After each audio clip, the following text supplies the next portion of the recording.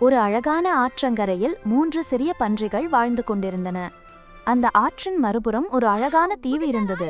அங்கே போகணும் என்று அவர்கள் ஆர்வமாக பார்த்தார்கள். முதல் பன்றி சோம்பேறி. அது சில வைக்கோல்களை சேர்த்து, இதுவே போதும், சீக்கிரம் போயிடலாம் என்று சொன்னது. அது படகை தண்ணீரில் தள்ளியவுடன் வைக்கோல் நனைந்த படகு உடனே மூழ்கியது. முதல் பன்றி அதிர்ச்சியுடன் நின்றது. இரண்டாவது பன்றி கொஞ்சம் முயற்சி செய்தது. மரக்குச்சிகளை சேர்த்து ஒரு துடுப்பு படகு செய்தது. இது நிச்சயம் மிதக்கும் என்று நம்பிக்கையுடன் சொன்னது. படகு ஆரம்பத்தில் மிதந்தது. ஆனால் பெரிய அலை வந்ததும் மரக்குச்சிகள் உடைந்து படகு சிதறி போனது. இரண்டாவது பன்றி பயந்துவிட்டது.